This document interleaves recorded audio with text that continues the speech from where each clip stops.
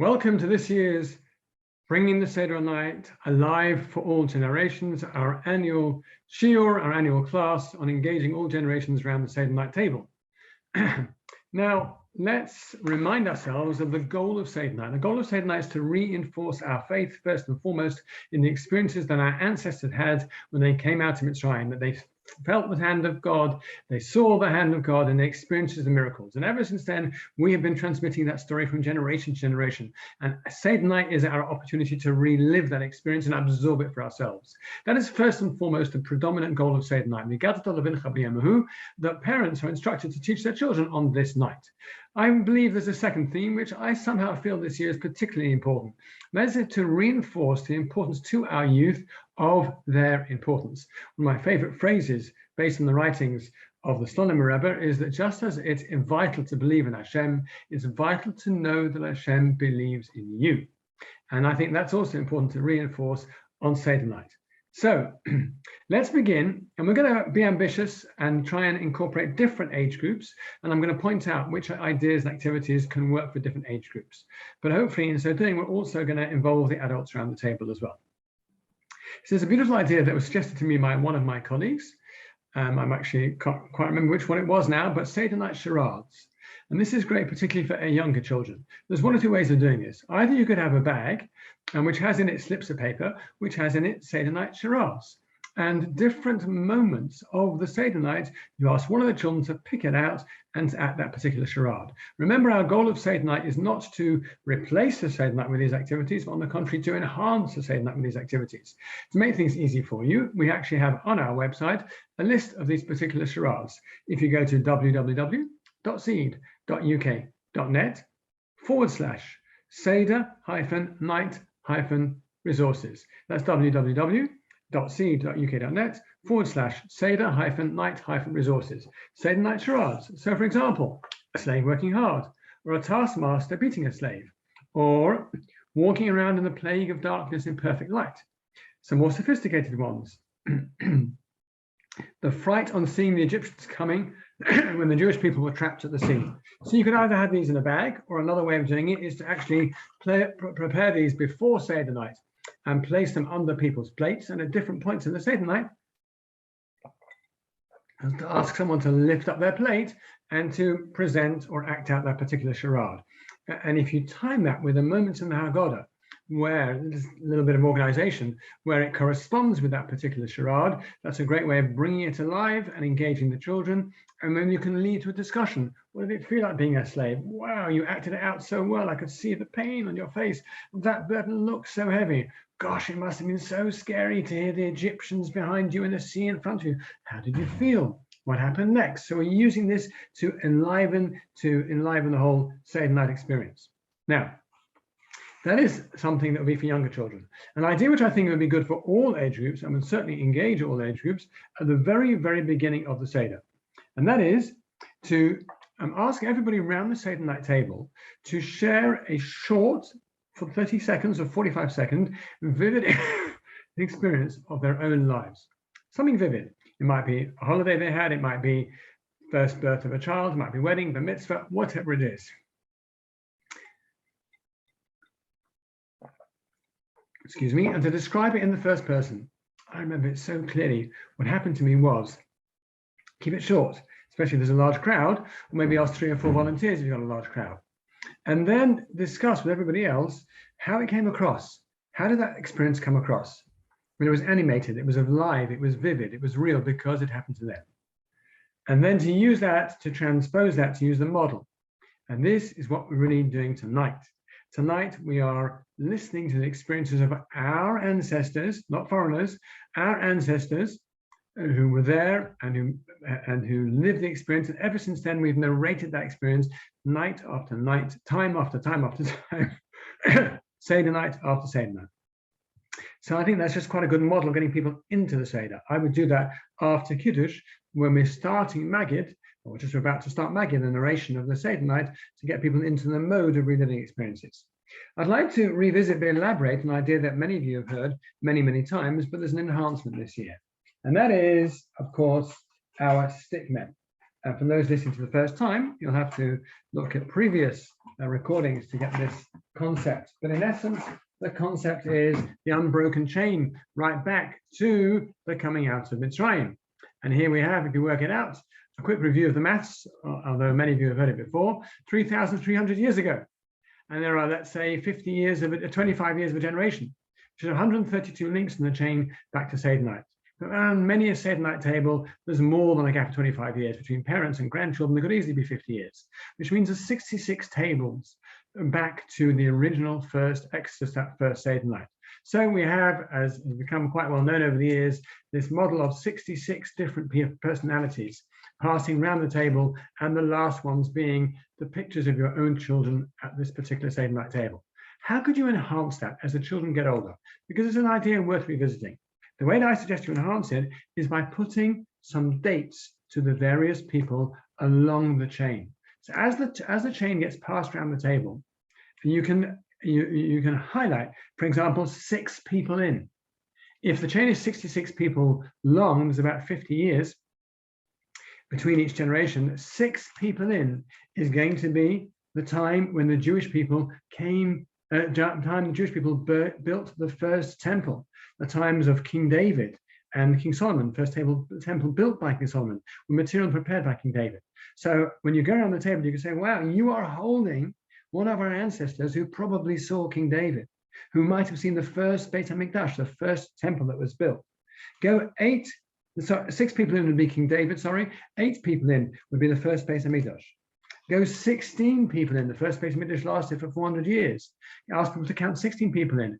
Wow, you're at the time of the destruction of the first Beit HaMikdash. And the Purim story, when Herman, that was one of our ancestors who was threatened by Herman himself and saved by Queen Esther and her bravery, and was there at the time, one of our ancestors. Go 20 people in. And you've got the Hanukkah story. The Hanukkah story and the Maccabees and the Greeks who attempted to annihilate us and to force us to assimilate. That was the time of the Second Temple. If there's a little bit more knowledge around the table, you could talk about the Second Temple time. It was a glorious building, although the miracles weren't quite as vivid as they were in the First Temple.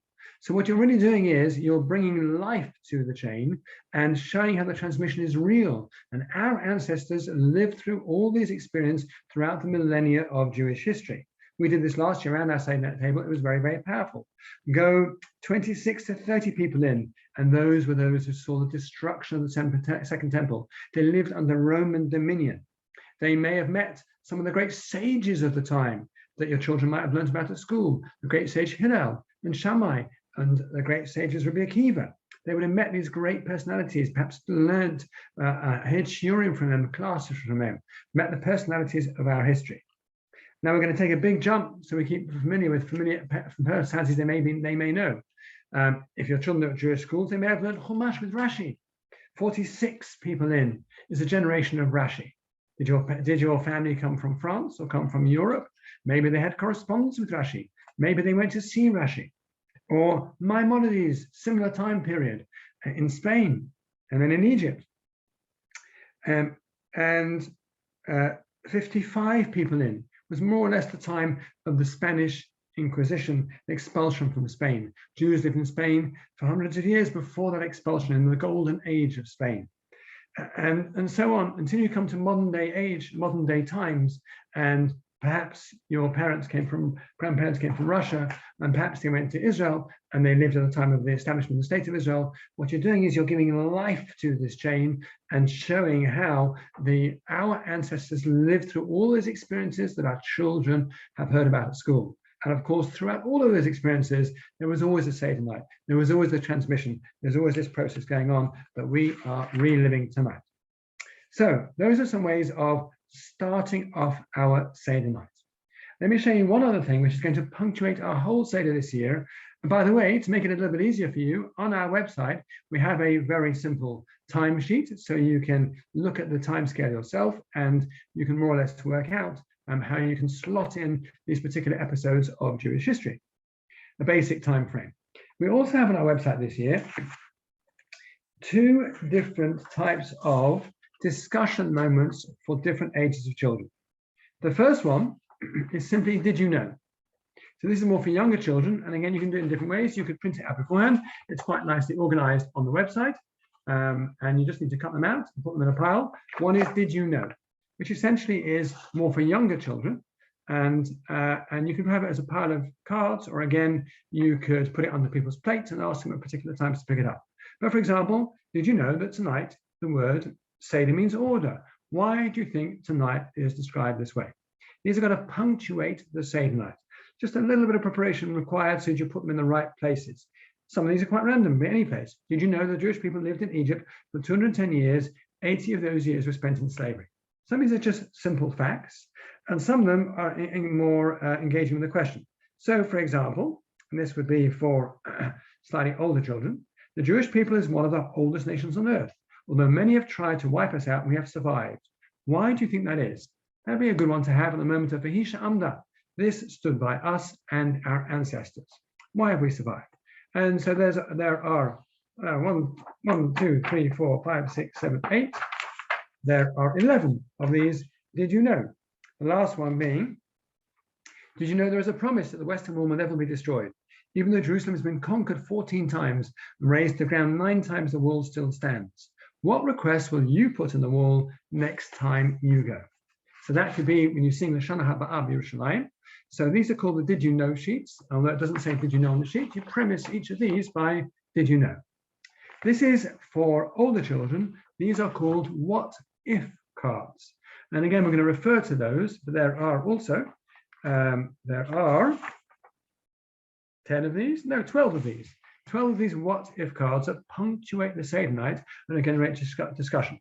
For example, what if life has become harder after Moshe Rabbeinu, Moses approached Pharaoh for the first time? Straw was taken away. How would you feel towards Moshe? That can be done for Avodah Meinu. What if you knew that some of your friends might not make it out of Egypt? What do you think their struggle was? This will come later on in the Seder night when we talk about those who sacrificed the Karban Pesach, brought the Pesach lamb, and there were those actually and put the blood on their doorposts, but there were many who didn't have the strength, the inner strength, or the courage to do so and given up hope of redemption. So these are what if cards which are going to punctuate your Seder, and you can choose where to use them the Seder night. There are some guidance, but some are quite random. So for example, what if you've been a slave? What aspect would you have found the hardest? And so that's going to be a theme throughout the whole of Seder night. So now let's move on to Manish Tana. We are going to use page references from the family Haggadah. Manish Tana, of course, is where we engage the children around the table. Page 24, normally it's the youngest child that is asked to recite Manish Tana. And again, this is important to focus on our second theme. Our second theme, predominant theme, is reinforcing the reality of God's interaction with us. A second theme is the importance of we as people, and particularly our children. This beautiful idea, which is from the Dugan Maggid, the great sages of the past, about how important children are and how important the prayers of children are. And this is good for children, I would say, of ages 6 or 7 and upwards, because the prayers of children are particularly potent. The prayers of children are particularly potent. And here, when we're involving the children in the Seder night Manish Tana, we want them to feel their own importance. So here's a story, you can elaborate on the story, I'm giving you the bare bones of the story, of a man, a boy, a father and son who are making their way back towards the city.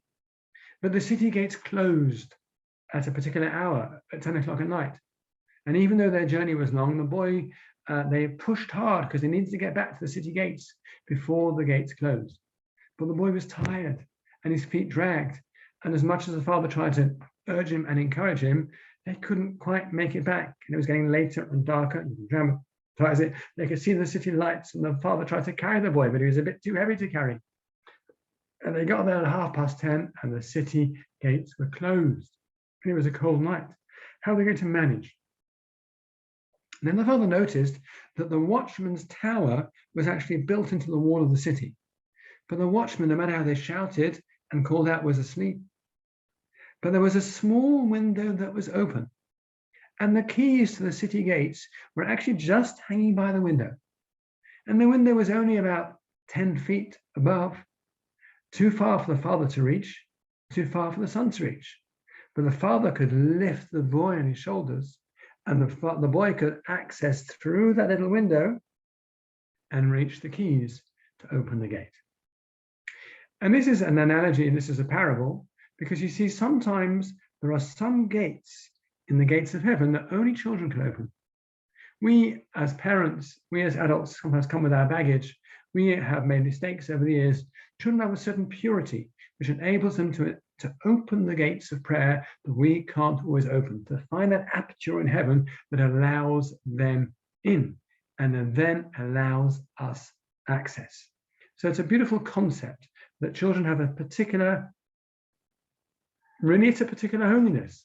And may not always feel like it when we're trying to parent them, but they have a particular purity, a particular pristine nature about them that is so important.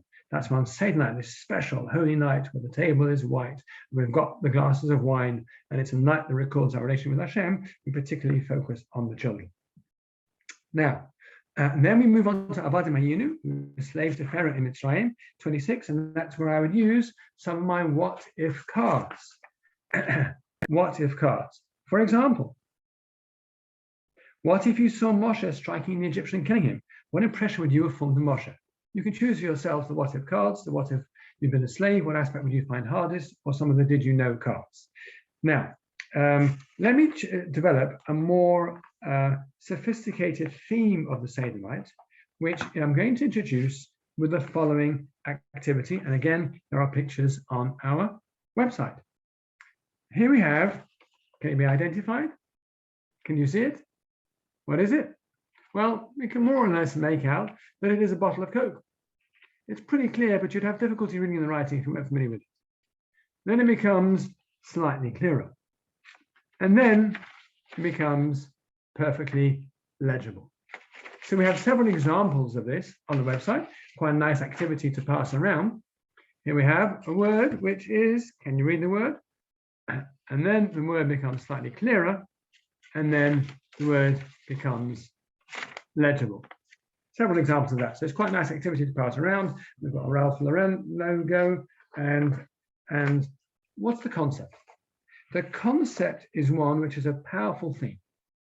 Sometimes we have an impression, a powerful impression of a presence, but we don't yet have it with truth, or we don't yet have it with real clarity.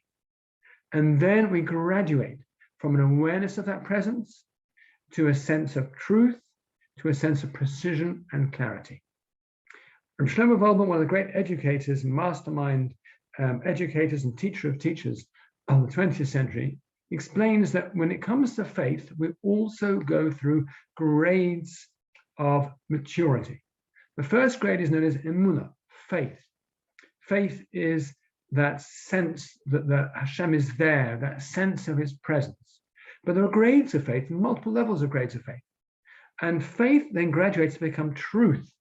Truth is where that faith crystallizes into clarity, where the awareness is real. And then truth graduates into articulation, knowledge. So it's faith, clarity, knowledge. And those three stages in Hebrew, emunah, emet, yediyah, faith, clarity, knowledge. Those three stages are stages the Jewish people worked through as they came out of Mitzrayim, as they got to the splitting of the Red Sea, as they emerged from the Red Sea, and then as they stood at Mount Sinai. In essence, Mitzrayim in Egypt, Red Sea, Mount Sinai. And of course, it's very interesting to note that in the first stage, that stage of emunah, that stage of faith, so the Jewish people saw the hand of Hashem. The Jewish people witnessed the miracles. The Jewish people experienced it firsthand. But, and it's not really so pleasant to focus on, there were many, many Jewish people who couldn't make the grade and actually died in the plague of darkness. Despite seeing those miracles, there were those who still couldn't come on board. Of course, the Egyptians denied the hand of God, but there were Jews as well, there were Israelites as well, who couldn't embrace it, who couldn't really take it on board and couldn't absorb it or imbibe it properly. And they sadly died in the plague of darkness. So even though there was the opportunity to see faith, not everybody did so. and some sidestepped or some denied it. Well, how can that be the case? It seems so obvious, seems so evident. So I heard this year a particular thought, which was, I thought, very contemporary indeed. And that is, we're going to now try and think about those who, the skeptics at the time. The skeptics, what did the Egyptians say at the time? They were the arch skeptics at the time. So the plague of blood came along, and what would they have said? You know what? There must be some epidemic in the water. There must be some peculiarity, some epidemic in the water, and therefore the animals are dying. These things happen now and again. And then the plague of frogs, well, it's not surprising the frogs have exited the water. The water's been struck with blood not too long ago. And then the plague of lice. Well, maybe the frogs seem to have disappeared. Maybe they're disintegrated into the ground, and their decaying bodies have produced lice. And everything was rationalized. Even though it made no real sense to rationalize it, because let's remember that every plague was predicted, and every plague could be stopped by the request of Moshe Rabbeinu, Moses, precisely when it was supposed to be stopped. If these had been natural phenomena, there's no way that Moshe Rabbeinu would have had such control over the natural phenomena. But when we find it difficult to embrace the truth, we filter that which interrupts or intrudes with our life view, and we simply look at what we want to look at. I believe, as the old song goes, we all believe what we want to believe, and we disregard the rest. So for those who didn't want to believe, for those who couldn't accept, then they rationalized it all and presented it as though it was nature, geopolitics, that's how it all worked, and refused to see the hand of God. So therefore, that first stage, emunah, of course, those who embraced faith, but it hadn't yet quite graduated to that sense of absolute clarity, and then to be able to articulate it, knowledge. And I tell you what's interesting, I think it's very interesting, is that, it's, thank God this year we have a normal Pesach. We can invite guests around our table. Last year, the year before, we were in the throes of COVID. It hasn't gone, we know it hasn't gone. But 3 years ago, can any of us predicted that COVID was going to strike the globe? Now, there's two ways of looking at COVID. You can look at COVID as just science, geopolitics, natural phenomena that took over the world, that derailed everything, that immobilized everybody, that froze the world. We could look at it as, actually, if Hashem is here, then surely an event of this global magnitude must be directed by the Almighty. Of course it must be directed by the Almighty. What have we learned from COVID? Well, someone asked me the other day, what should we learn from COVID? First of all, we should absolutely learn that this world is fragile. This world is temporary. That we're actually here to focus beyond this world on our bigger purpose and not get so sucked up in this world that we forget that we're only here temporarily and we have a bigger purpose, and life is so fragile and ephemeral. That certainly we must take from COVID. If we haven't taken that from COVID, then we have relegated COVID to politics, to the natural environment, to these things happen, even though they hadn't happened before. So I don't want Seder night to become a discussion about COVID. On the contrary, I want COVID to be a contemporary analogy about how it can be that people can live through cataclysmic events, life-changing cataclysmic events, and still relegate them to be simply part of the natural order of things, and not see the hand of God behind it all. So Seder night is about seeing the hand of Hashem through that historical experience and making sure that we would have been amongst those who came out of Mitzrayim with faith reinforced, ready for the next stage to move from faith to clarity to knowledge, rather than those who would have rationalized it all and denied the hand of Hashem. By the way, this theme is a theme that can be taken through. So, for example, if you look at Dayenu, you see Dayenu takes us from the very beginning all the way through to the splitting of the sea, and all the way through to the giving of the Torah, all the way through to the creation of the temple, takes us through those stages of faith, clarity, knowledge. Now let's focus on we have 4 key sentences in the Haggadah, which really detail how we got down to Egypt, what happened when we were there, and we cried out to Hashem, and God redeemed us. Again, I'm reminding you that at these different stages, you would punctuate the whole Seder with your did you know cards, or you'd punctuate the whole Seder with your what if cards. And when you look at it and you download it, you'll see they can be easily punctuated at this particular time. So, for example,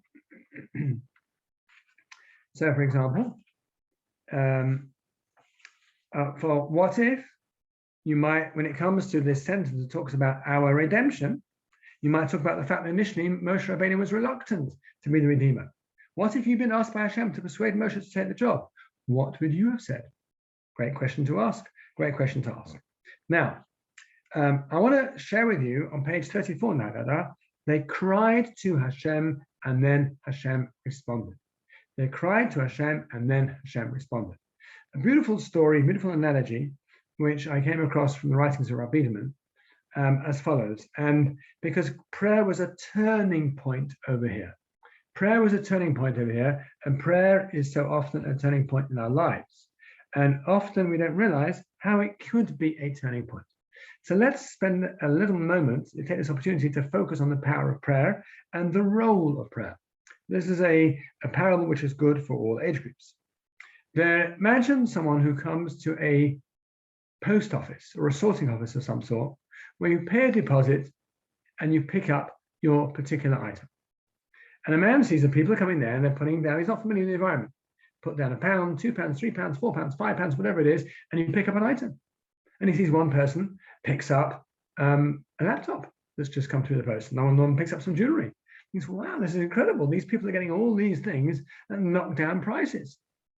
So he goes over to the counter and he puts down a £5 note and says to the person behind the counter, yeah, can I have something, please? The person behind the counter says, what do you mean, can you have something?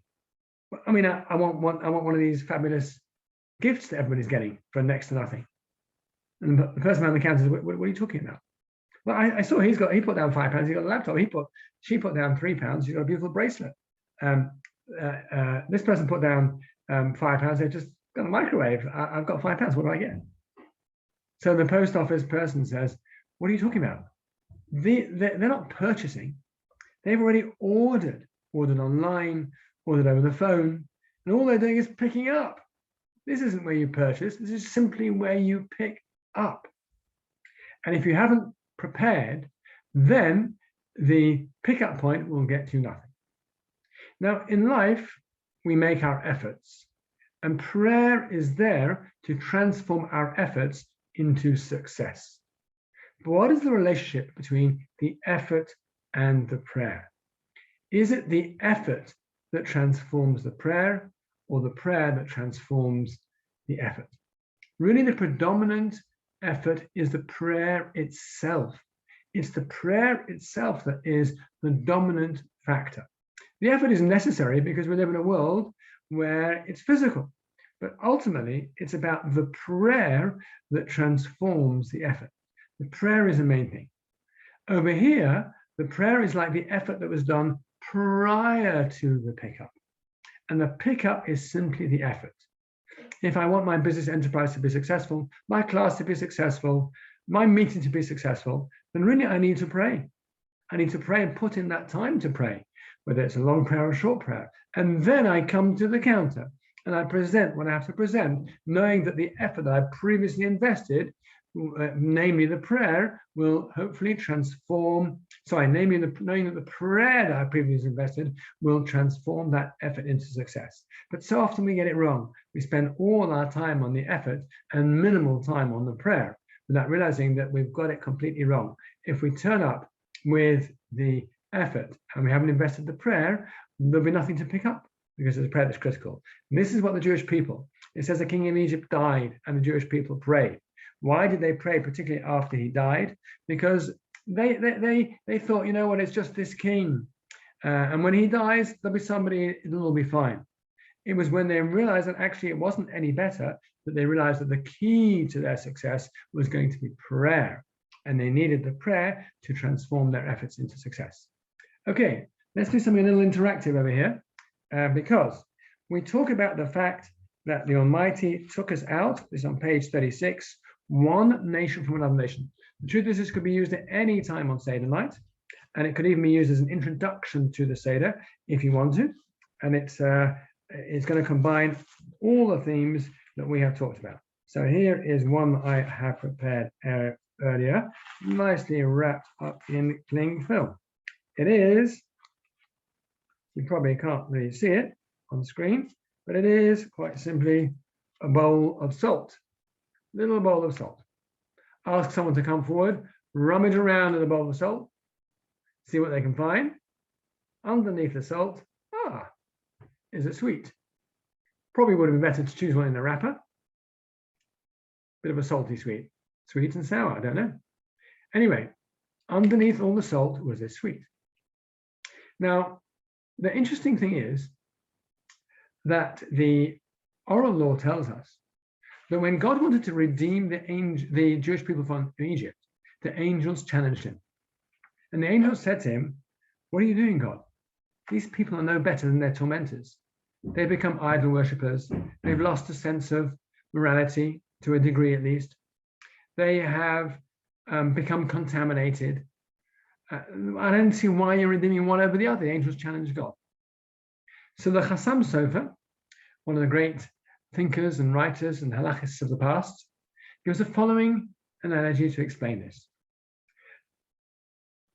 That there was a king who once had two ministers, and those ministers were neither of them was doing a particularly good job, and neither of them was popular. And the king had to deal with both of them. To the surprise of the people, the king decided to imprison one and to promote the other. Promote the other? "Don't argue with me," said the king. "This is my decision and it's my call, and that's what I'm doing." Promoted the other so high that he was almost second in command to the king, and certainly part of his inner circle. And the king faced quite some skepticism about this, but he was the king and he could decide.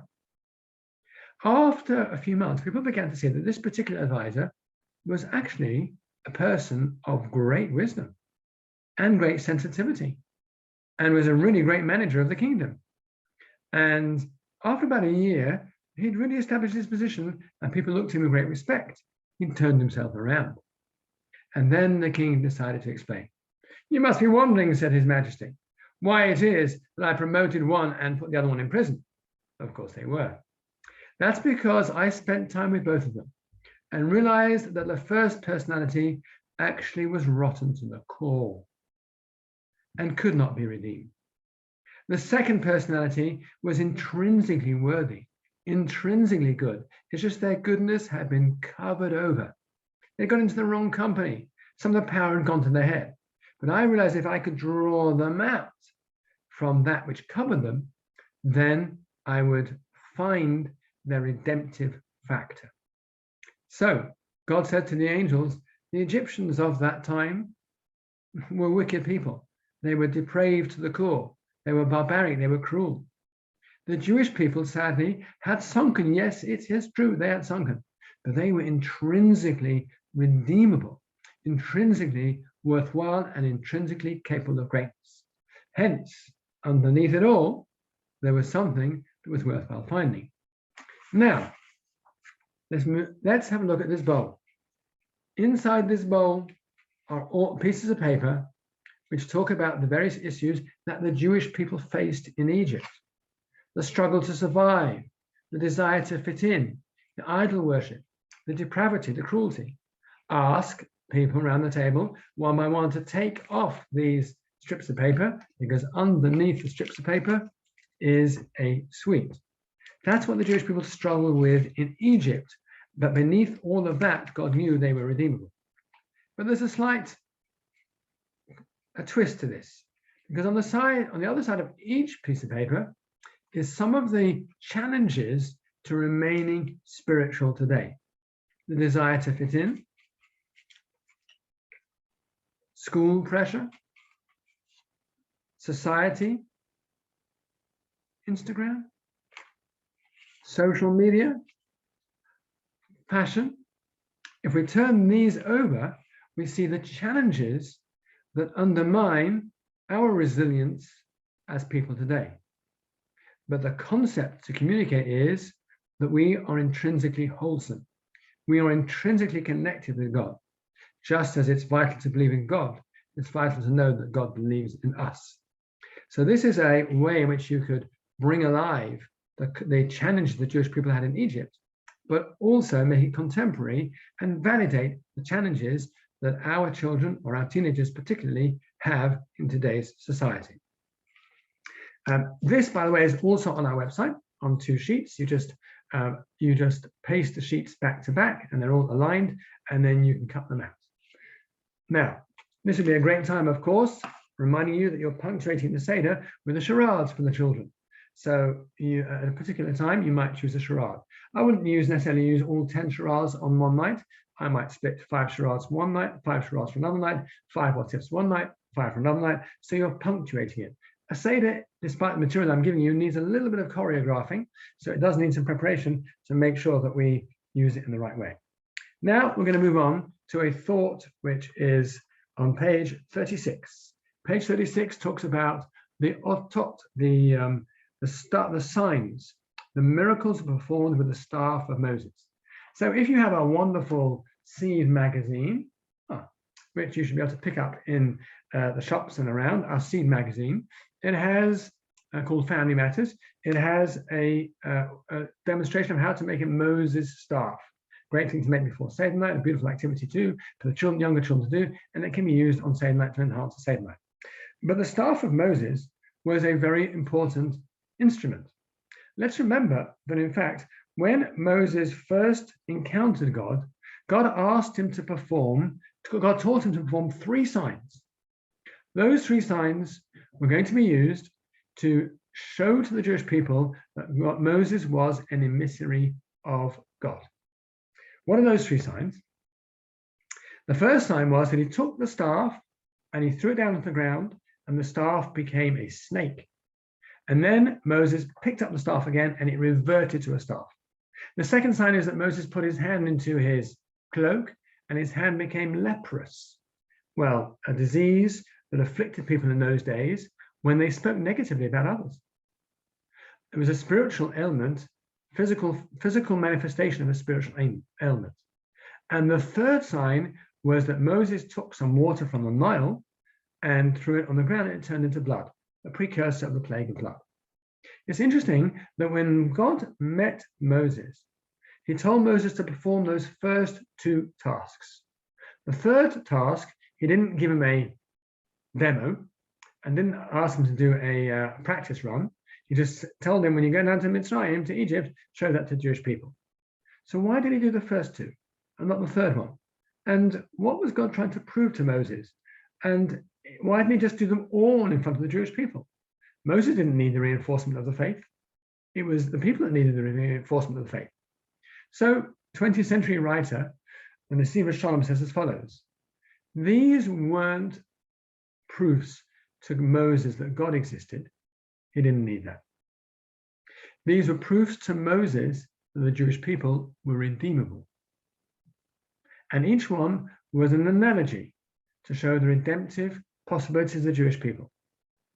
First of all, the first staff, which turned to a snake, which was a dangerous animal, but could be restored, because Moses was uncertain whether the Jewish people were redeemable.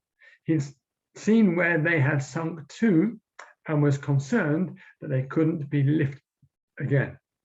So God shows him, look at this, it's a staff, it becomes a snake, something nasty, but it can be redeemable. Pick it up again. Look at your hand, you put it in, it becomes struck with a disease. Take it out, it's revived, it can be rehealed, it's redeemable.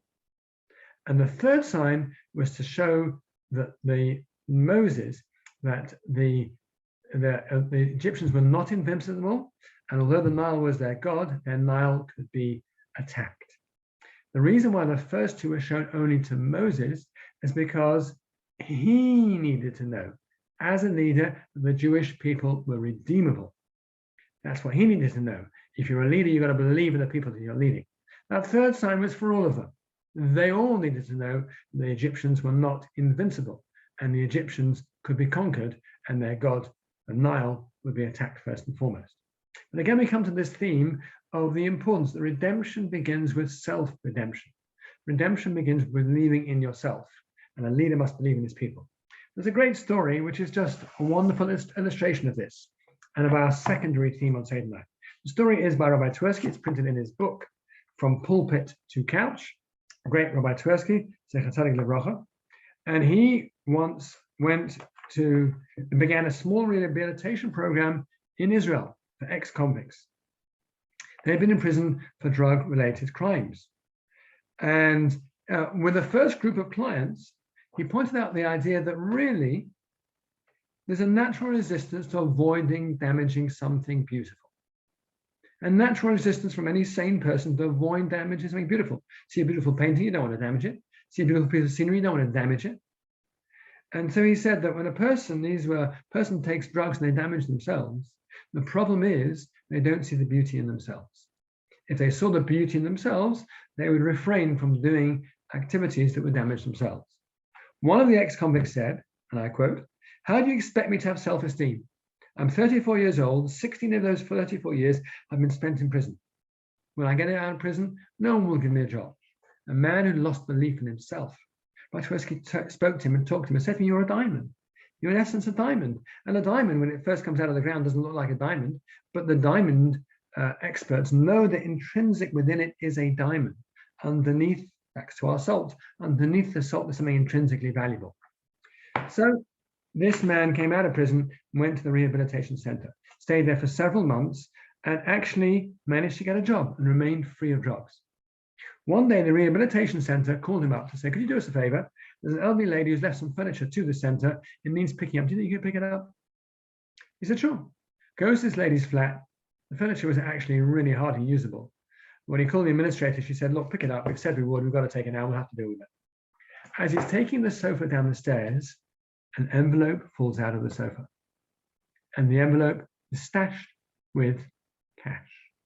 No one knew of his existence. I think it was $1,500 or something like that. Serious amounts of money. And you could argue, finders keepers. This was a man who'd broken into houses to steal $10 before. But he called the administrator to ask what to do, and it was offered back to the family. Later on, Rabbi Twersky met this man. He said to this man, "That's incredible. I told you were a diamond. I could see the diamond within you. What a moment. What a test. And yet you overcame it." Sometime later, this man arranged for a new plaque to be placed on the entrance to the rehabilitation center. And it said, "Diamond Processing Center." We have to believe in ourselves, and Moshe Rabbeinu had to believe in us. And the signs that he was given was reinforcing his belief in us. Now let's come to the 10 plagues. Again, I remind you, you're going to punctuate this with your what ifs. There's a couple of good ones for the what if. What if you'd been there in a plague of darkness? During the plague of darkness, the Jewish people were told to go looking in the Egyptian houses for repayment for their years of slavery. They were not allowed to take anything. In fact, the Egyptians, when they realized at a later stage that the Jewish people had been through their drawers and been through their cupboards and yet hadn't taken a thing, it gave them a begrudging respect for the Jewish people. But how would you have felt rummaging through their drawers? Great question to ask. It's an important question we ask every year. It's such an important question for the plagues. What if you'd been there in the plagues? What do you think you would have learned about Hashem by observing the plagues? What would you have learned about Hashem by observing the plagues? Did you know? There's a couple of facts about the plagues as well. But a beautiful idea, which a friend of mine shared with me this year, because we're told that the Jewish people in the plague of darkness actually went searching through the houses, so that when the time came and they could ask for payment for their years of slavery, they could say, "Listen, we know that you've got something to pay us with. Please pay us. It's important. We're entitled to that now. We're entitled to that now." So my friend tells me that before Seder night, he puts chocolate coins in various drawers in the bedrooms upstairs, making sure that there's muksa in the drawers, but drawers, bedrooms, cupboards, whatever it is. And during the time of the plagues, he sends the children upstairs to go and look for those, but they're not allowed to take them. Those are the rules. Not allowed to take them. Once they've identified where they are, he then gives them to them as payment for their slavery. Now, that's an important point. And then a couple more points to share, and actually something that I wanted to share at the beginning, but I forgot. learned from my wonderful niece and nephew, Rabbi and Mrs. Silkin, when it comes to taking the matzah on Seder night for the first time, when you break the middle matzah, they sing a lovely song. We're going out of Egypt with our matzah on our backs. We're going out of Egypt with our matzah. With our matzah on our backs. And they all get up and they walk around the table as if they've got matzah on their backs, and they sing the song. And they act it out. Can you feel the sun? Making our matzahs, the matzah on our backs. Lovely way to engage everybody early on the Seder, get them out of their seats, get them out of their place. It can also be done this point in the Seder, because at this point in the Seder, we talk about, actually not quite, sorry. First we've got Dayenu. Dayenu has a couple of very important discussion points in Dayenu, a what-if discussion point. So for example, which is one we can engage all age groups. Dayenu talks about the manna. Now the manna that God provided the Jewish people with for so many years, 40 years in the wilderness, could taste of anything. What if you had a piece of manna? What would you like it to taste of? Going around the table, what would you like it to taste of? And then we come to what I was referring to, Pesach, Matzah, and Maror, the three items we must mention on Seder night. And here's an idea about Pesach, which I saw the first time this year, and I want to illustrate for you if I can find the prop that I prepared earlier.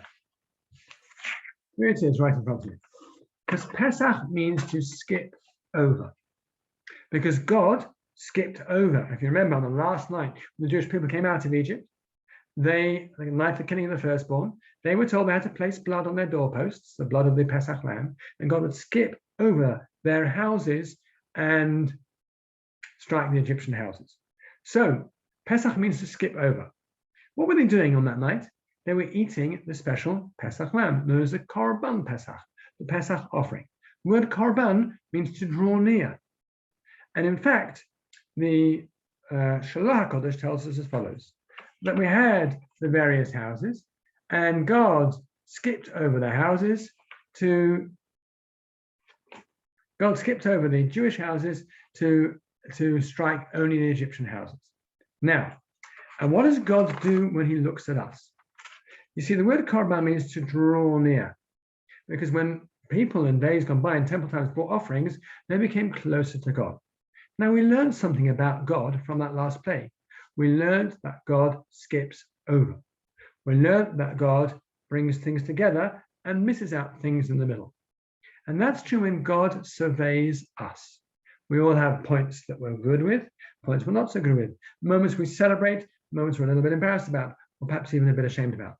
But if we want to draw closer to God, then God skips over those negative points and links all those positive points together.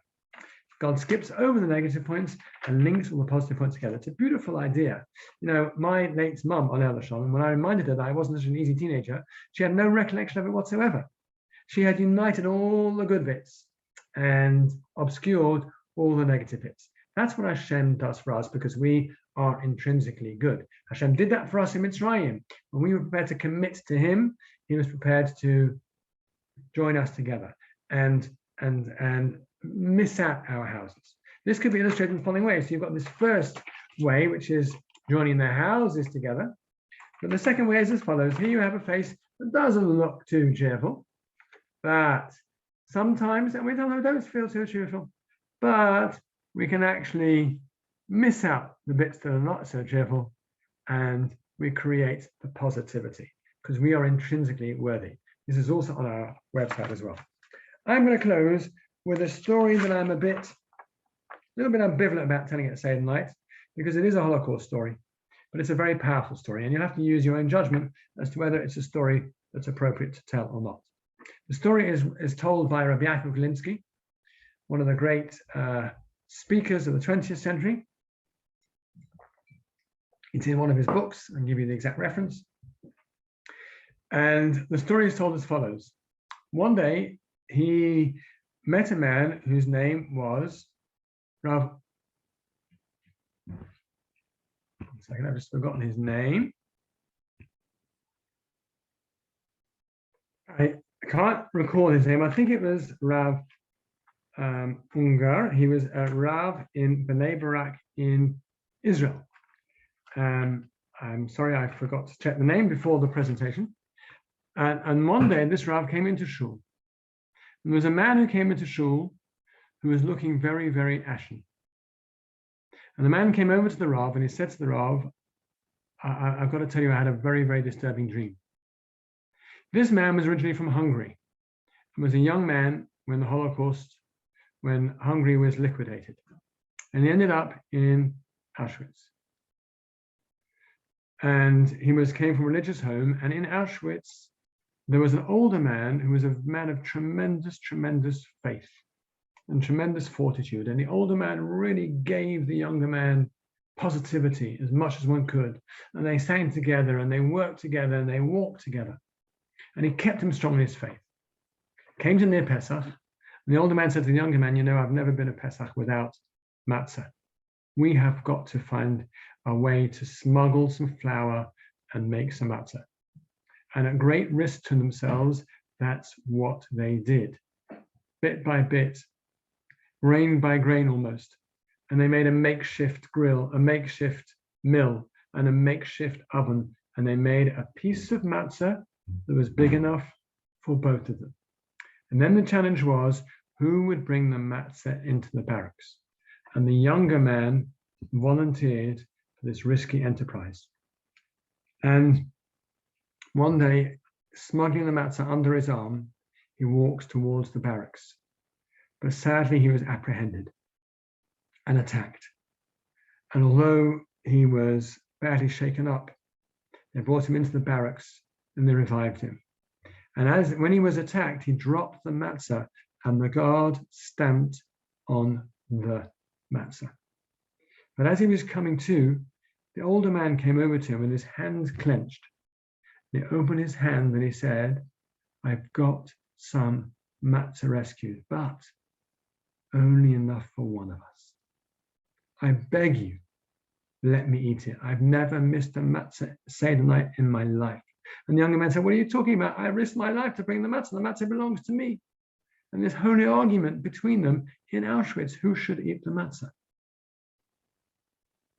And eventually the older man said to the young man, look, I'll tell you what, let me eat the matzah and you take the reward in the world to come.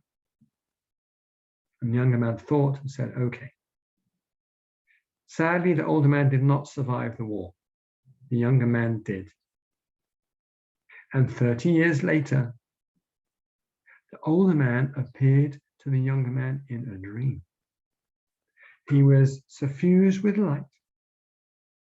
And he begged the younger man in the dream, I've got rewarded for every mitzvah that I have done, apart from this one mitzvah. I beg of you, give me back the reward for that mitzvah. And the dream was so vivid, the dream was so real. And in the dream, the younger man, now already middle-aged man, grappled with the issue and said in the dream, no, the deal is a deal. The deal is a deal. And he woke up in a cold sweat from the dream. Came to shul the next morning, spoke to this Rav, and was convinced the dream was a reality. It was a real dream. And we know in Judaism, the soul lives on beyond this world, and people can reappear in dreams. At this point, I often ask the audience, what do you think was the right thing to do? To give it back or not give it back?